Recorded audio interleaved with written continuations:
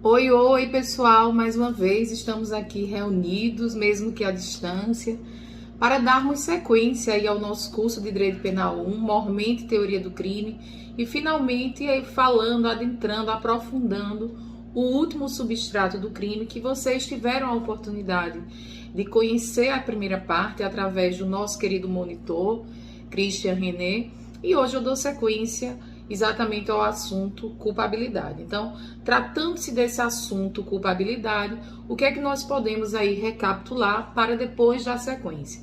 Bem, em primeiro lugar, a culpabilidade, ela deve ser analisada depois dos outros elementos do crime, quais sejam o fato típico, seus subelementos, conduta, nexo, resultado, tipicidade. Antijuridicidade, quando o fato é típico e antijurídico, cabe ao juiz do caso concreto, portanto, fazer um juízo agora a respeito da reprovabilidade ou da reprovação da conduta do autor. Então vejam que os primeiros elementos do crime têm uma correspondência muito mais direta entre fato e norma. Tomando aqui a tipicidade. A tipicidade formal é aquela relação de adequação do fato à norma, tomando a ideia de antijuridicidade. É uma relação de contrariedade do fato à norma. A culpabilidade volta-se para o autor do fato e não para o fato em si. E quando eu olho para esse autor do fato, o que eu vou olhar, o que eu vou analisar quando eu estou falando de culpabilidade é exatamente a respeito de aquela conduta, aquele comportamento típico e antijurídico é reprovável? Pode ser reprovado? Ou seja, ele pode ser imputado penalmente, responsável penalmente? Será que existe ali capacidade biofísica daquele agente? Uma imputabilidade? Ele é maior? Eleição?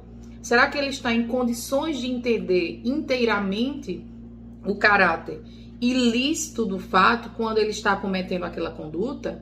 Será que ele tem ciência a respeito da conduta ser desrespeitosa ao direito? Será que ele está sofrendo algum tipo de ameaça e ele não poderia agir conforme o direito? Será que é exigível dele atuar conforme o direito? Ou não é exigível? A conduta que ele praticou, mesmo fora do direito, era a conduta que ele dispunha ali naquele momento como conduta possível. Então são esses os elementos que a gente vai analisar quando a gente está tratando de culpabilidade. Trata-se dessa análise normativa, pontual, o juiz que vai analisar se nas condições ali concretas o agente é passível de reprovação, é reprovável, ou não é passível de reprovação e, portanto, a gente não vai ter esse juízo aí de culpabilidade. Apenas um aspecto também geral para que a gente possa, de fato, adentrar nos aspectos mais relevantes para esse vídeo de hoje, eu queria que vocês lembrassem que a culpabilidade serve tanto como elemento do crime, o terceiro substrato do crime, como também ela é tratada como princípio. Mas o princípio da culpabilidade, que está lá no artigo 59 do Código Penal, esse princípio vai servir para balizar, para o juiz ali dosar a sua penalidade. Na hora de confecção da sentença, ele analisa a medida da culpabilidade de cada agente, a medida da responsabilidade de cada agente quando da prática do crime. Então, não confundam o princípio da culpabilidade, o princípio da responsabilidade também subjetiva, que é a ideia de que o agente deve agir com dolo e culpa, com a ideia de culpabilidade enquanto elemento do crime. Inclusive, esse termo, ser culpado, é um termo que pode ser usado no sentido amplo.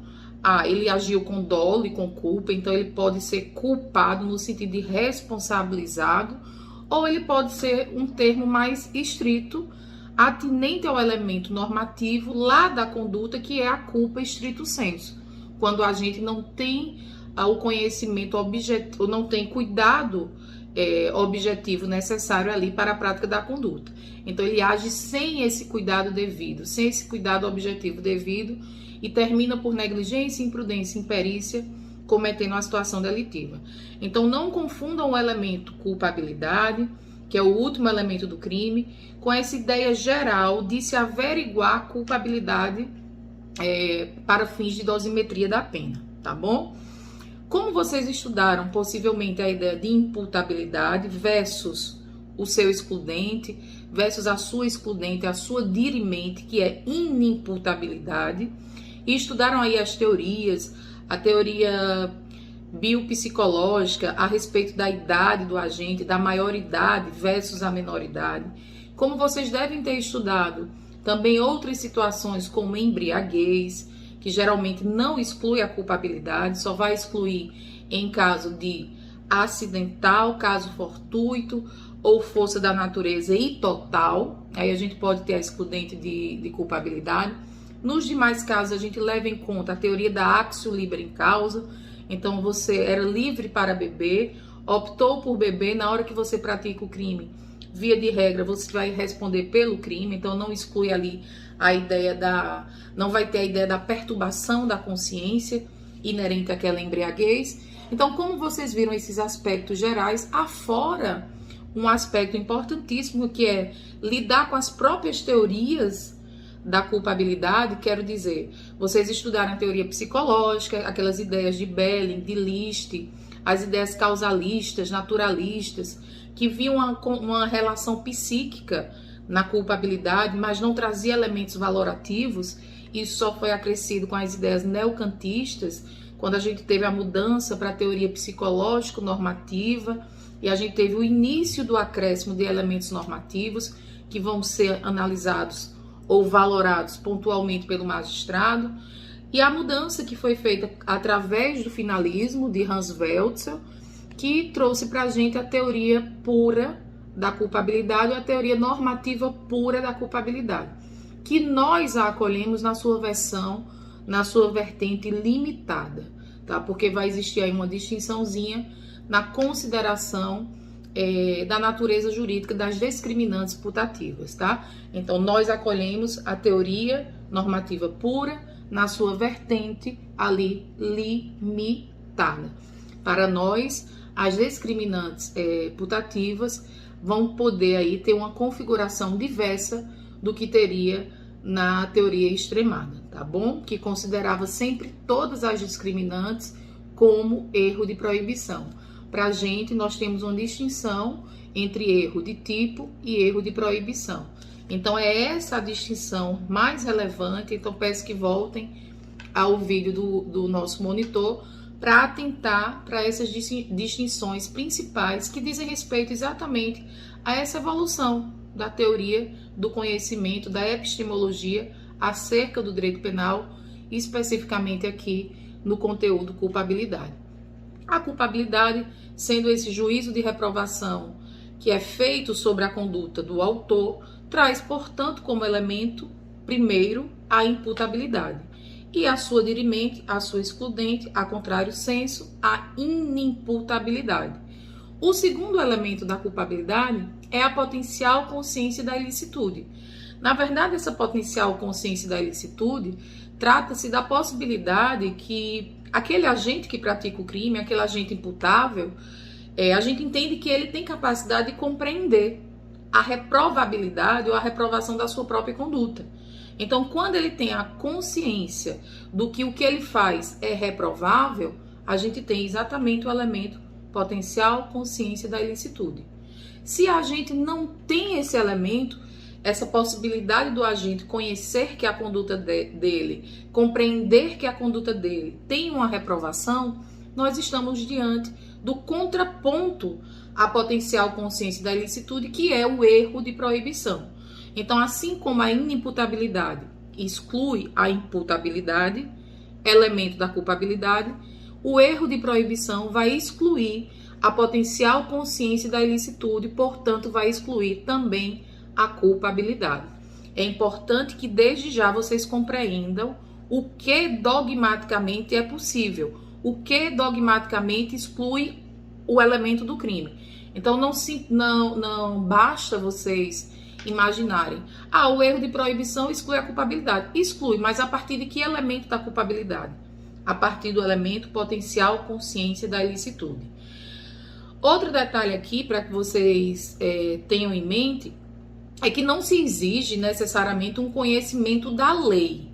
Não é um conhecimento técnico, jurídico, típico, aquele enquadramento legal a respeito do evento que se exige aqui do agente do crime, não. O que se pressupõe aqui, nessa potencial consciência da ilicitude, é que ele tenha condições de percepção a respeito do seu próprio comportamento, a respeito da sua própria conduta, verificando que esse comportamento, que essa conduta não tem um amparo no direito, não tem um amparo legal. Então é esse conhecimento mais genérico aqui a respeito da reprovação que se exige. Ô Ana, e como é que a gente poderia averiguar essa possível consciência da ilicitude? Se o agente tem ou se o agente não tem? Bom, Mesger, vocês já ouviram falar de Mesger quando a gente falou aí das teorias sobre a culpabilidade? Mesger, ele criou uma teoria que é a teoria da valoração paralela na esfera do profano. Valoração paralela na esfera do profano. O que é que significa essa teoria da valoração paralela na esfera do profano? O juiz, ali o julgador, o intérprete, deve fazer um juízo comparativo, deve analisar, do ponto de vista do leigo, os valores éticos, sociais, culturais que aquele agente tem dentro da vida dele comunitária, dentro do seio que ele está inserido, para comparar se ele tinha condições ou não de saber se realmente a conduta dele é reprovável. Um exemplo que eu geralmente costumo dar é que, geralmente, pessoas que não têm tanto acesso à informação, que não são tão letradas, e isso não é necessariamente uma coligação perfeita, tá? Mas geralmente as pessoas que não têm acesso à educação, acesso a uma cultura, acesso a mídias sociais, essas pessoas têm costumes em suas comunidades muito próprios e pode cometer algo que dentro da vida comunitária, dentro do meio em que ela se insere, é uma conduta que para ela não é reprovável. É uma conduta que ela não tem a consciência a respeito dessa reprovação.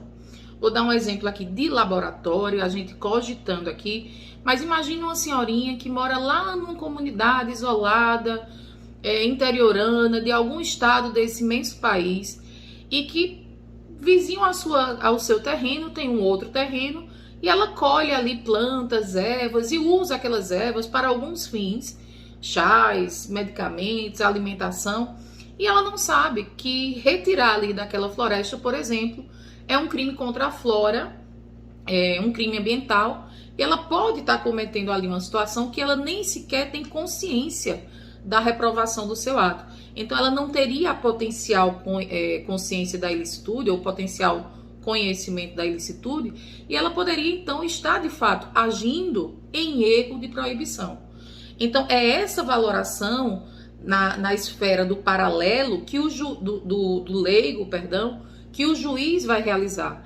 Ele vai fazer essa valoração paralela na esfera do leigo, do profano, e vai verificar se dentro das condições de vida, pelos valores éticos, sociais, culturais acumulados por aquele agente, ele teria ou não condições de saber, de ter conhecimento, de ter consciência a respeito de que aquela conduta que ele está cometendo é, de fato, uma conduta ilícita.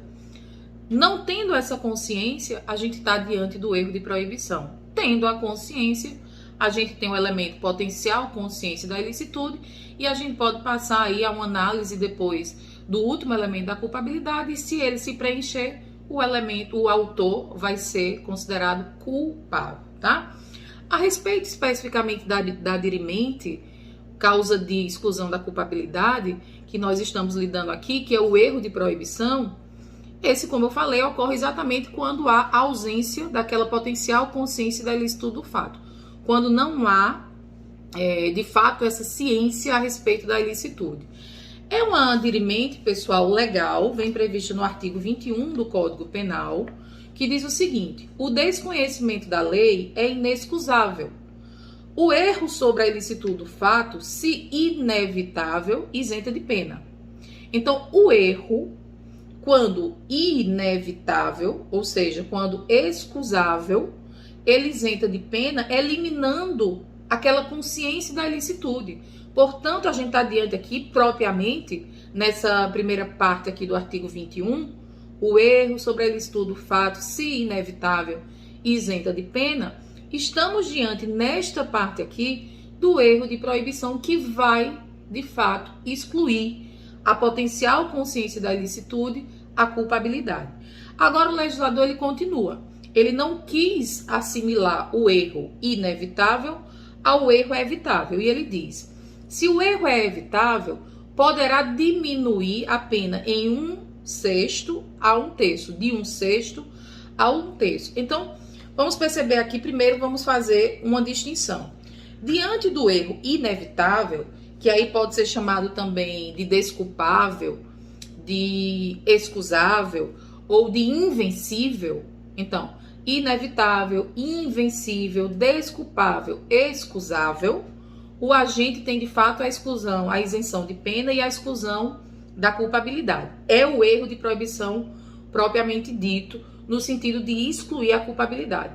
Se o erro de proibição ele for, a contrário senso, é evitável, é inexcusável, não desculpável, vencível, ou seja, se o agente tivesse agido com um pouquinho mais de atenção, ele perceberia que a conduta era ilícita.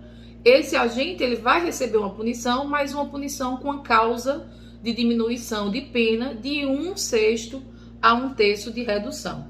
Tá? Então vamos ter muito cuidado com a possibilidade aí de um erro vencível e de um erro não vencível, de um erro evitável e de um erro inevitável. O inevitável, desculpável, excusável, invencível é aquele que não tinha mesmo como a gente ter consciência daquela ilicitude. Então, de fato, exclui a culpabilidade. A contrário senso, o evitável, inexcusável é aquele que, se o agente tivesse tido um pouco mais de atenção, ele veria que a conduta é reprovável. Então, ele teria condições ali de ter ciência a respeito da ilicitude. Por mais que fosse difícil, ele teria, pelas condições de vida dele, como ter ciência daquela situação. Então, ele não pode se isentar de pena. Ele vai receber uma pena, mas com a diminuição aí que o próprio legislador trouxe pra gente de 1/6 a 1/3, tá bom?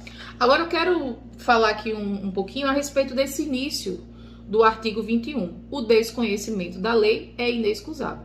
Ou seja, a ideia de que você não conhece o ordenamento jurídico, esse erro de direito, não é ali justificável, não isenta de culpabilidade, de pena, não exclui a culpabilidade. Agora vamos imaginar o seguinte: eu sou o agente do crime, tá, do delito, e eu ignoro a lei, eu ignoro o artigo em que a minha conduta se enquadra, né, se encaixa, mas eu conheço que no ordenamento existe essa proibição, existe essa ilicitude. Então, nós estamos diante de que situação? De uma excludente de culpabilidade? Claro que não. Eu só ignoro o artigo da lei, mas eu conheço que a minha conduta ela é reprovável. Eu tenho ciência que minha conduta é reprovável. Então, eu não estou diante de um erro de proibição. O que pode se ventilar aí depois é um atenuante. Então, esse erro de direito pode ser atenuante, mas não excludente de crime. Então, imagine só que alguém desconheça que desrespeitar a bandeira do Brasil, desconheça o artigo em que o desrespeito aos símbolos da nação esteja ali proibido. Vou dar um exemplo aqui mais doutrinário, né? O desrespeito ao hino nacional é uma contravenção penal.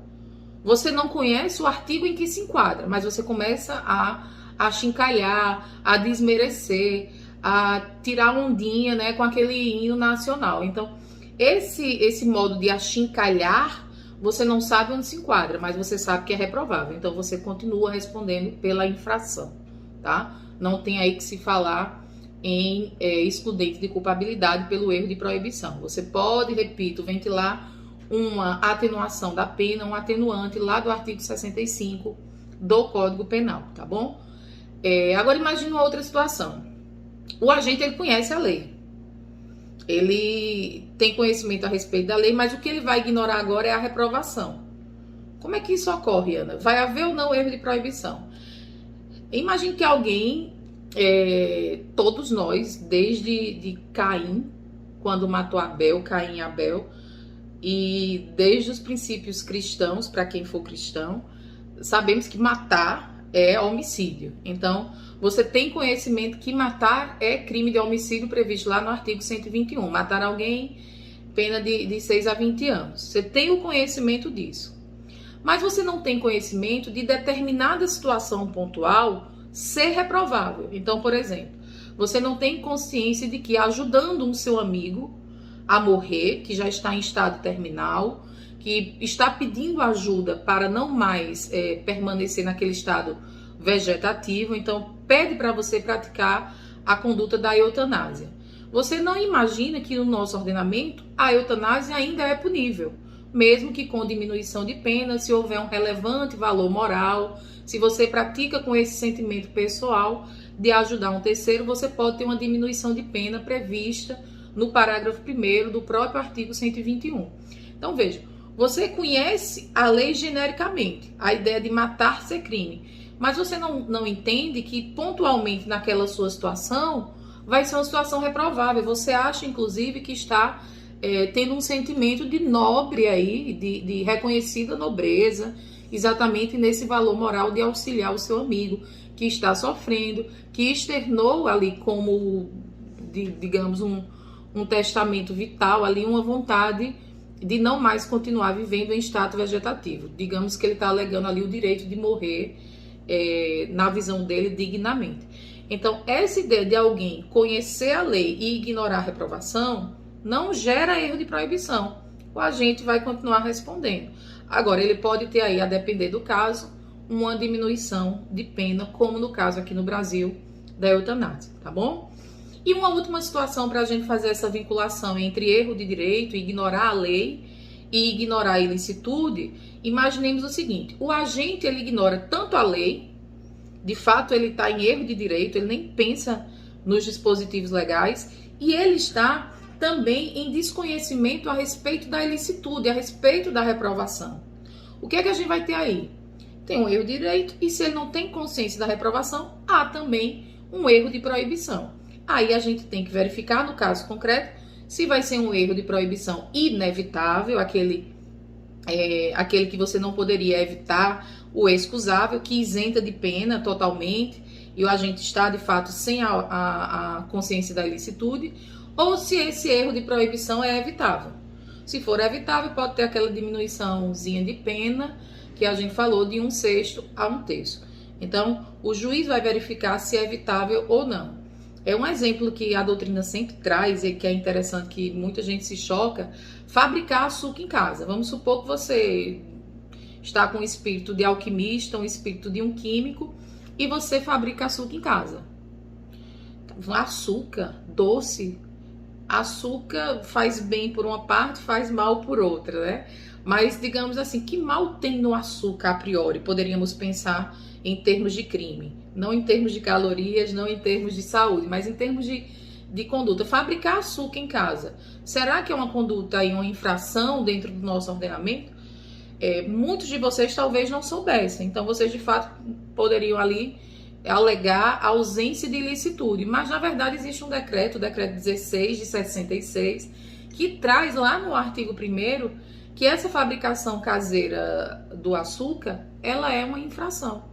Então vejam, poderia se alegar aí a ausência de conhecimento da lei e a ausência da reprovação. A partir desse vídeo, essa ausência de reprovação e essa ausência do direito, vocês já não vão mais poder alegar.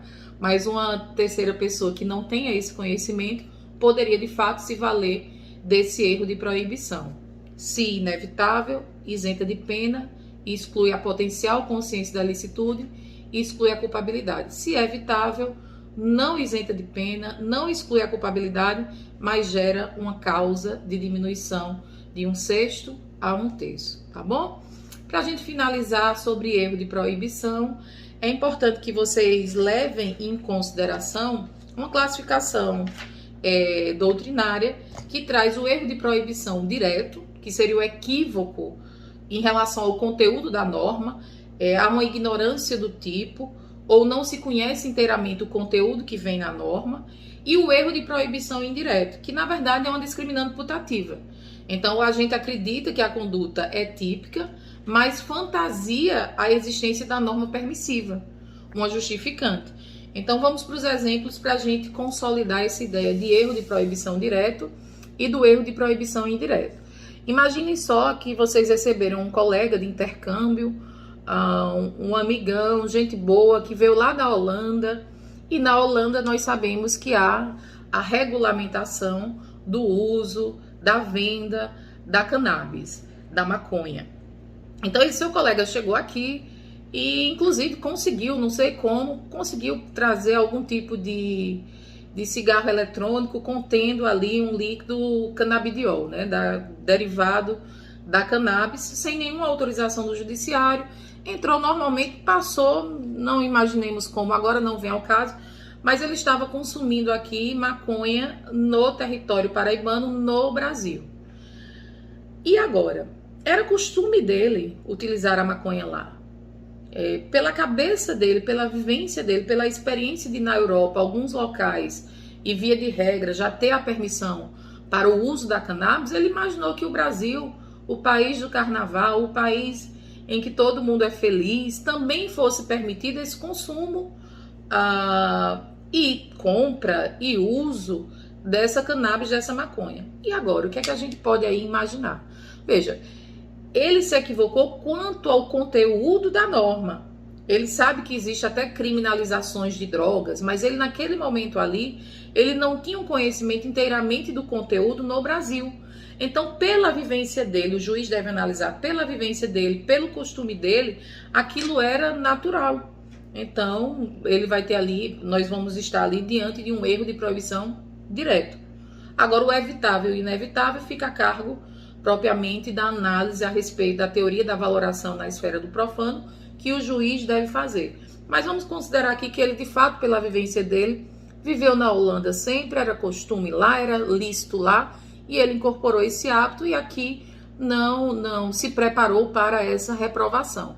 Então ele poderia ventilar um erro de proibição direto e poderia aí se cogitar um erro de proibição inevitável e ter de fato a isenção de pena, a excludente da potencial consciência da ilicitude e, por consequência, a excludente de culpabilidade.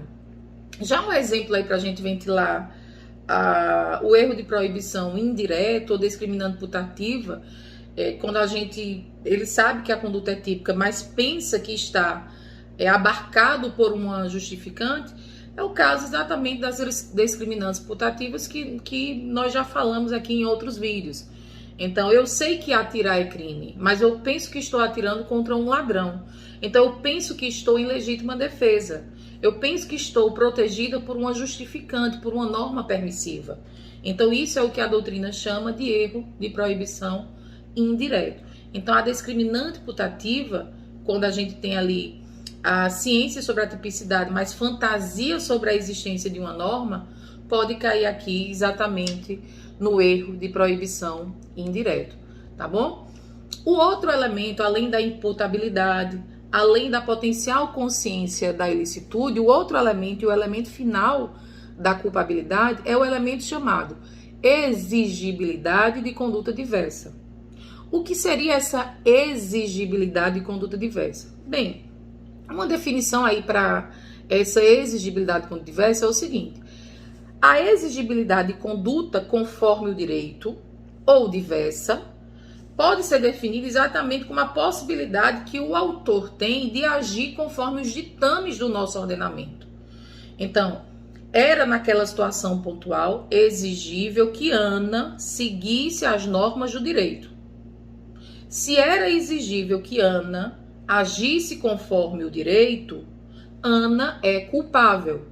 Se por um outro motivo que a gente vai ver daqui a pouquinho, não era exigível de Ana se comportar conforme o direito, nós estamos diante do inverso da exigibilidade de conduta diversa, que é a inexigibilidade de conduta diversa, sua causa de exclusão, a dirimente que vai afastar a exigibilidade de conduta diversa. Então, devemos analisar se a conduta é censurável ou não no caso concreto.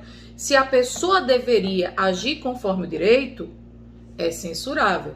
Se a pessoa naquela situação pontual não tinha como seguir o direito e ele tomou um rumo diverso do direito, a gente está diante da inexigibilidade de conduta diversa. Então, eu não posso exigir daquele sujeito, por exemplo, já adiantando aqui, que está sendo coagido a agir conforme o direito. Ele está sofrendo uma ameaça. Então ele deve agir contrário ao direito. Era o único meio, inclusive para ele proteger a própria vida. Então o direito não vai exigir de outrem que não tem outra opção de seguir o direito. Então na situação pontual, esse elemento aí pode ser ventilado.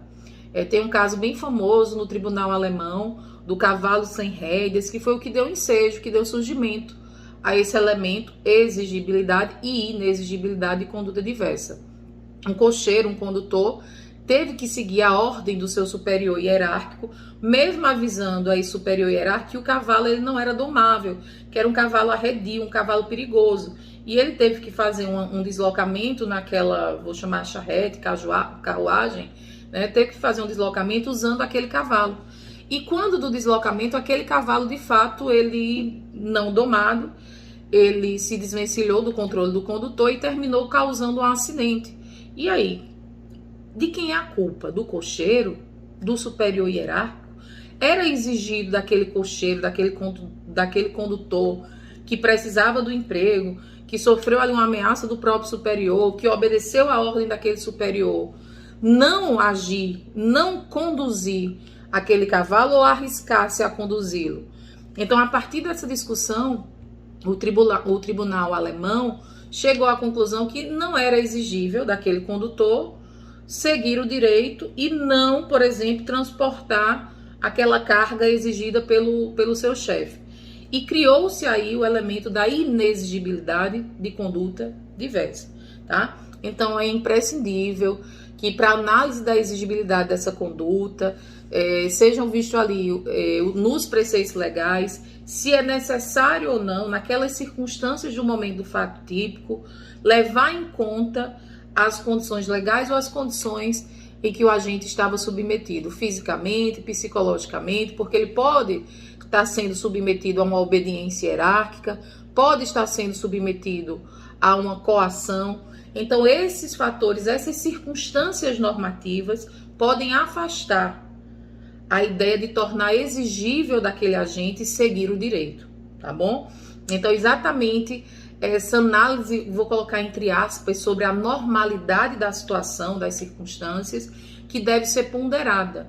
Então, de fato, aquela situação era uma situação, entre aspas, normal, o agente poderia e tinha como seguir o direito, ou existia fatores outros, circunstâncias psíquicas, circunstâncias físicas, coações, ordens de superiores que levavam ou que levaram o sujeito ativo a um comportamento diferente daquele esperado pelo direito, tá bom? É nesse modo que a gente analisa aí esse último elemento. A inexigibilidade de conduta diversa, eu vou me ater aqui a especificar com vocês as causas legais e duas causas supralegais, que são as causas que a nossa doutrina pátria traz aí com mais vigor, tá bom?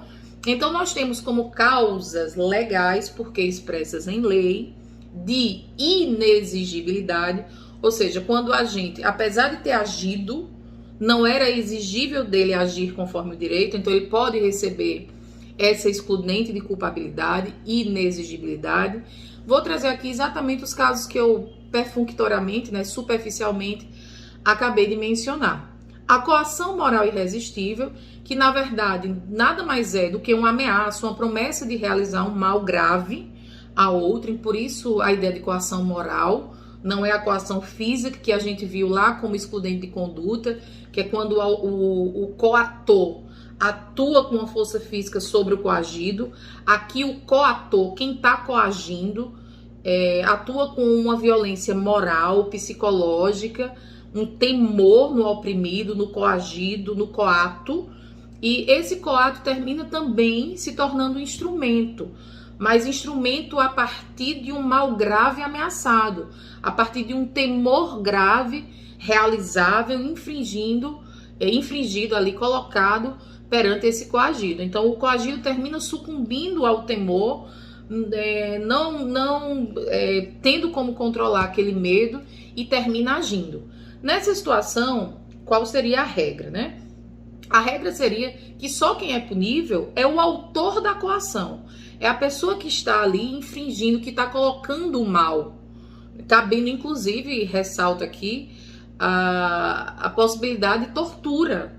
E a tortura vem no artigo 1º, inciso 1º, letra B da Lei 9.495 de 97. Então, artigo 1º, inciso 1º, a linha B da Lei 9.455 de 97, que traz a ideia de tortura, infringir grave sofrimento. Então, quando o coator está ali infringindo aquele grave sofrimento e forçando psicologicamente, moralmente alguém a agir conforme os seus ditames, quem responde é esse coator e não o coagido. Agora vamos para os detalhes aqui da coação moral enquanto excludente de culpabilidade, enquanto excludente do elemento exigibilidade e conduta diversa, formando adirimente inexigibilidade e conduta diversa.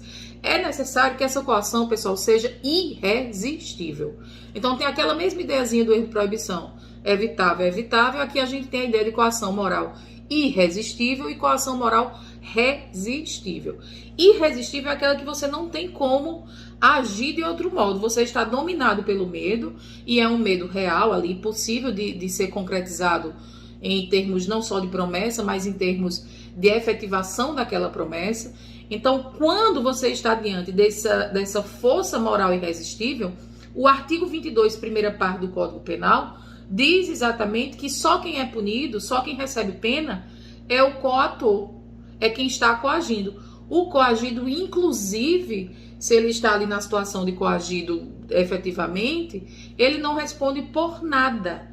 Agora, se a coação ela for uma coação resistível, ou para uma ameaça, mas não necessariamente você tinha que agir, poderia ter pensado um pouco melhor e poderia ter, naquela situação ali, não praticado a conduta disforme, sem conformidade ao direito.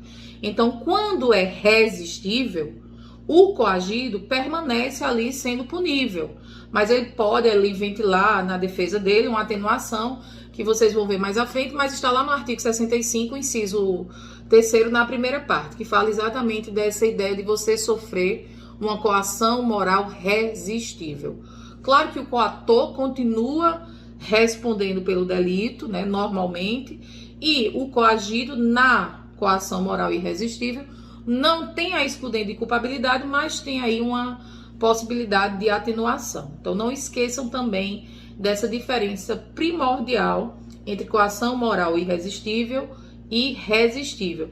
E nada tem a ver, relembro, com a coação física, que é excludente lá do primeiro elemento do crime, do fato típico, tá bom? Ainda há uma outra causa legal de excludente do elemento exigibilidade e conduta diversa, formando a excludente inexigibilidade de conduta diversa, que é a chamada obediência hierárquica. Na obediência hierárquica, nós estamos diante de uma situação em que alguém vai receber uma ordem de um superior a ser cumprida. Agora, é imprescindível que esse superior aí traga consigo uma força institucional, então seja um funcionário público que exija algo a ser cumprido pelo seu inferior. Quando a ordem não é legal, pode e deve haver, inclusive, a desobediência. Então, muito cuidado, a gente está vendo aí nas CPIs, né, funcionários públicos aí subalternos agindo e querendo alegar que foi cumprimento de ordem, mas a gente tem que ter muito cuidado.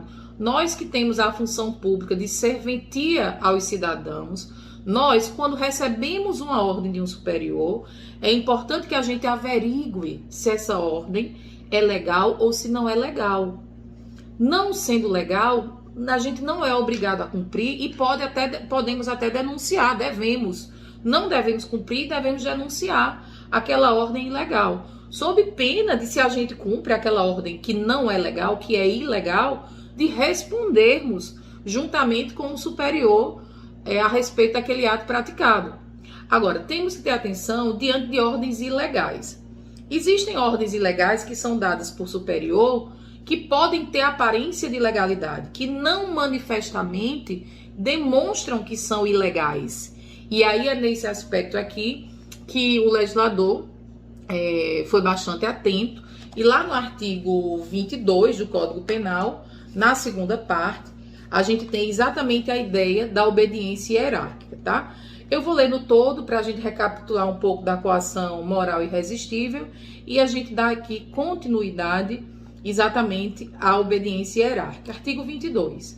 Se o fato é cometido sob coação irresistível ou em estrita obediência à ordem, não manifestamente ilegal, de superior hierárquico, só é punível o autor da coação ou da ordem. Atentem. Estrita obediência da ordem.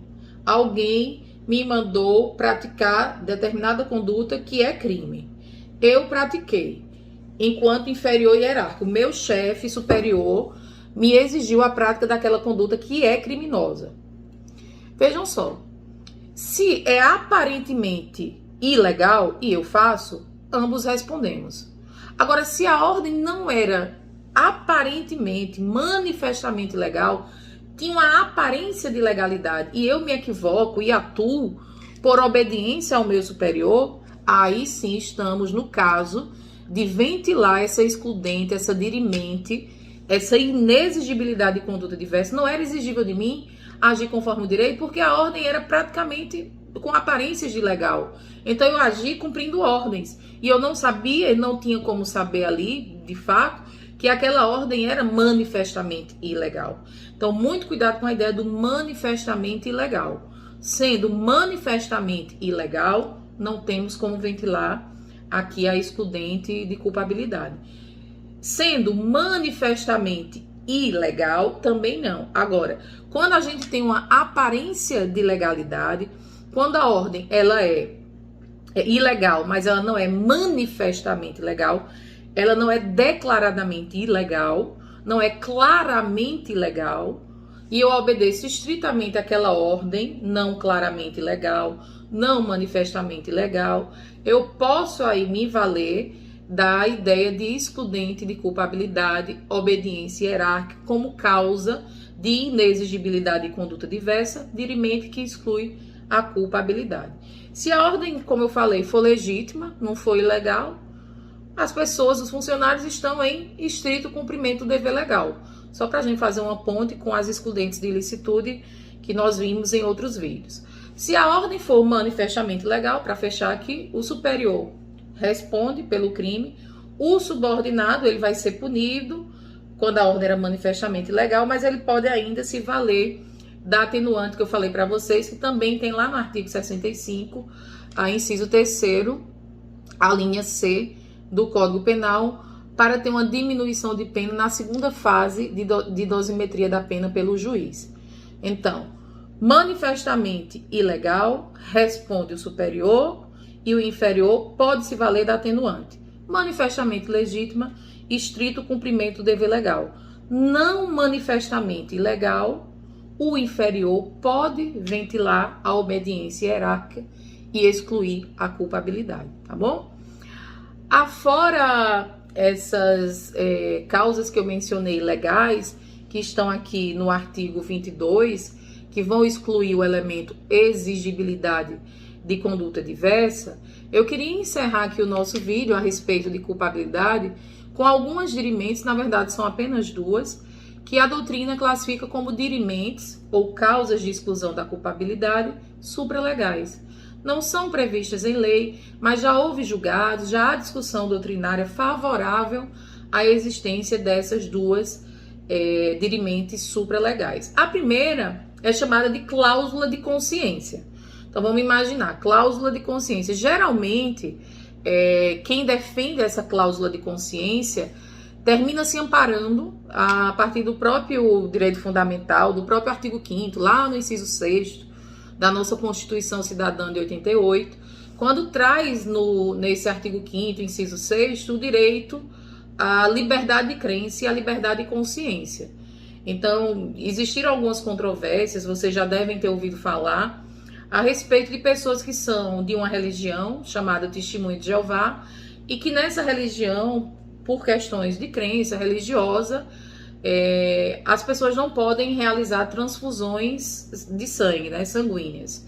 Então imagine só que um filho é levado para um hospital e nesse hospital o médico menciona que há ali uma carência, há ali uma anemia e é preciso fazer a transfusão de sangue, e aquele pai, tendo em vista os preceitos religiosos de toda a sua família, dele, do filho mesmo, diz que não quer, não permite aquela transfusão sanguínea.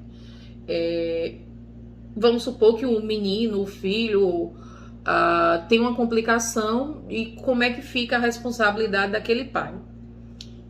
A priori, devo confessar que os médicos, quando necessariamente existe um risco de vida para qualquer que seja o paciente e o médico atua para evitar esse risco de vida, devo salientar para vocês que o artigo 146, lá no seu parágrafo, traz como excludente de constrangimento ilegal para médicos que atuam exatamente nessa frente para evitar ali situações de risco à vida do paciente. Então, se o médico atua, já digo que existe um excludente de ilicitude para o médico.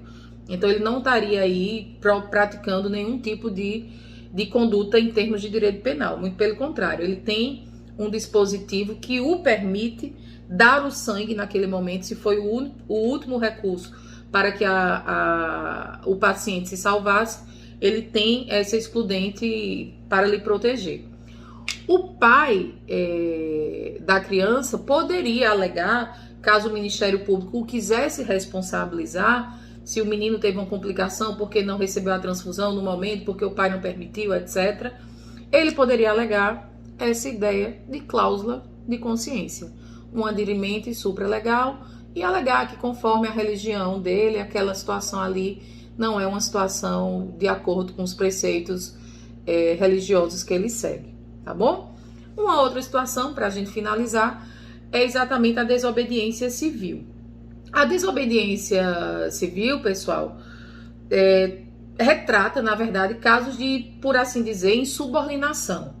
Insubordinação com intenção de transformar determinada ordem.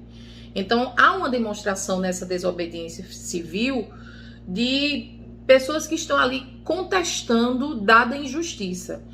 Tanto é que a doutrina elenca como requisitos para que haja essa desobediência civil, que naquele protesto, naquela insubordinação, esteja exatamente a ideia de proteção de algum direito tido aí como fundamental. Então, estou defendendo o direito dos trabalhadores, estou defendendo direitos sociais.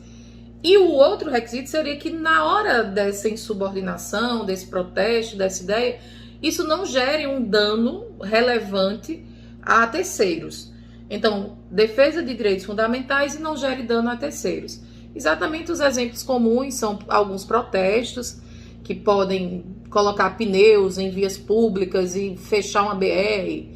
Dependendo da situação, se não gera danos relevantes, aquele protesto ali transitório, rápido, protestando contra o aumento de algo, pode ser uma desobediência civil. Apesar de você saber que você obstruir determinado trecho de BR, de rodovia, é infração.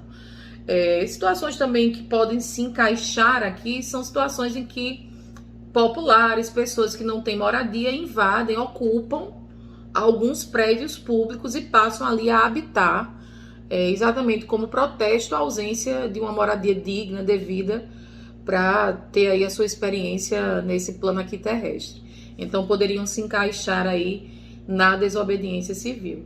Bem, pessoal, essas são as considerações gerais sobre culpabilidade. Eu espero que ajude no exercício que diz respeito à segunda unidade, que vocês possam ler sobre culpabilidade, entender essas excludentes de culpabilidade e que a gente possa aí, através de exercícios, através do próprio estudo dirigido que eu passei, tirar as dúvidas, sanar algumas dirimentes, tá bom?